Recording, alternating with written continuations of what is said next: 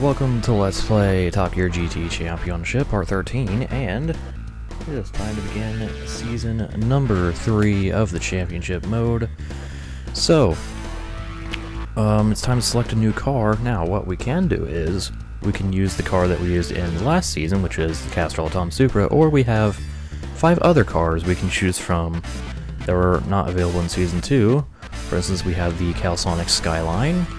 We have the Esso Ultron Tiger Supra. It's a nice liver on that. The Motegi Tom Supra. The Arda NSX. Or the Takata Dome NSX. So, more Super GT cars that I'm familiar with, at least. But, what I'm going to do is I'm going to choose a different car than the Supra. And I think I'm going to go with the... Let's go with the Calsonic Skyline, because I like the Calsonic R34.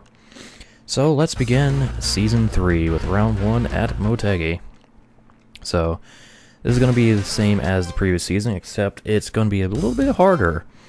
So what I'm going to do is, it's also a wet race, hey, 2 in a row.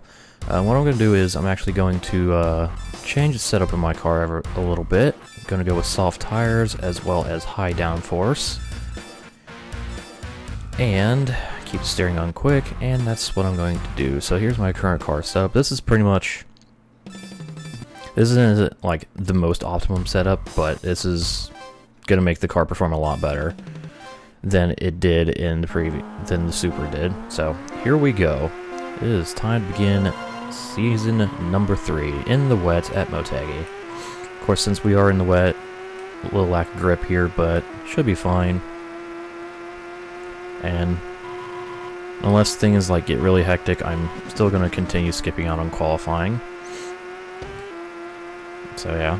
So, yeah, we have different GT500 cars to choose from, depending on what season of Championship mode we do. And holy crap. Yeah, you can probably tell the car is much, much better around the corners now, even with the rain, with the soft tires, and as well as the higher downforce. So, I don't really have to do a whole lot of lifting around a lot of these turns. The car just goes around the turns and stuff. So but I still need to, you know, actually overtake these guys, because I lose a lot of time through making contact. I can still go off track pretty easily. There's the Castrol Tom Supra.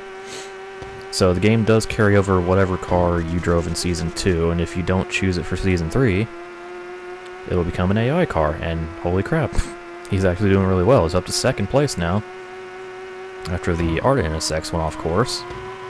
Got the Takata NSX behind me, and there we go, up to 3rd, onto the podium. Here on lap 1, so still got a long ways to go, of course. So, long run down to this big left-hand flick. That's not as crazy as in like more realistic games, you know, with its extreme downhill braking zone and stuff. Oh, battling with one of the other Supras for the lead here across the line. Once we hit top speed, we get that little advantage, and we have reached P1. Okay. So, since I chose the Calsonic Skyline, hey, guess what I'm going to have unlocked in the single race mode once I'm done here? Yep, this Calsonic Skyline. So there's my 2nd GT500 unlock out of, so far, 11 cars. Now, if you can math slightly, and remember that I said there's 4 seasons in Championship mode, yeah, there's going to be 5 more cars. So, there are a total of 16 GT500 cars that can be unlocked, which you can only unlock a maximum of 3 per Championship playthrough. So, by the power of deduction, that means you have to play through Championship mode at least 5 full times, and then another season after that, another GT500 season after that, to unlock every car in the game. And like I said, I'm not going to be doing that for this LP. I'm just going to go do one playthrough of Championship mode, but I'll probably end up unlocking all the cars just kind of on my own time for other reasons. Because why not? So, off we go into the dirt, and into the more dirt. Oh god. Absolutely no grip once I got on back on the track. Sometimes that happens. Man, I was spinning the tires a lot there, all the way in 4th gear. Of course, since this is a GBA game, no pressure sensitivity on any of the buttons, so it's either full throttle or no throttle, so there wasn't much I could do about that wheel spin. I mean, I could probably, like, lift off the throttle to maybe just get rid of that, but no, whatever. I just laid on the gas, because screw it. I did lose the lead I had, pretty much all of it, but I'm doing okay.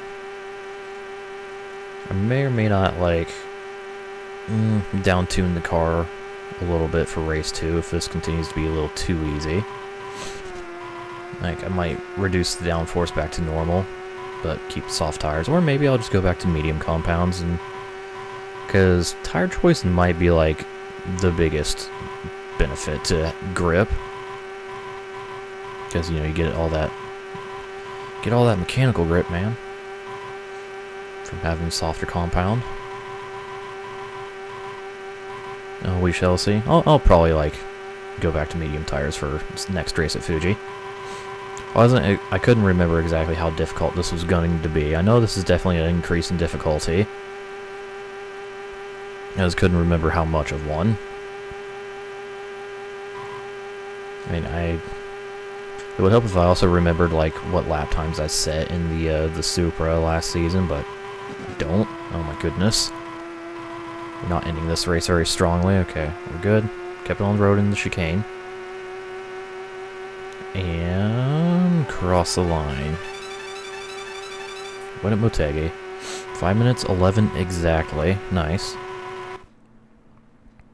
So there we go. We win race 1 with the 3 Supras finishing 2nd, 3rd, and 4th. Nice. And then the NSXs 5th and 6th. So I ended up winning by almost 15 seconds. So yeah, I think I'm going to down-tune the car a little bit. So that will conclude the first race of Season 3. So with that, next time on Top Gear GT, we'll move on to Fuji. Yeah, that's it, Fuji. Stay tuned.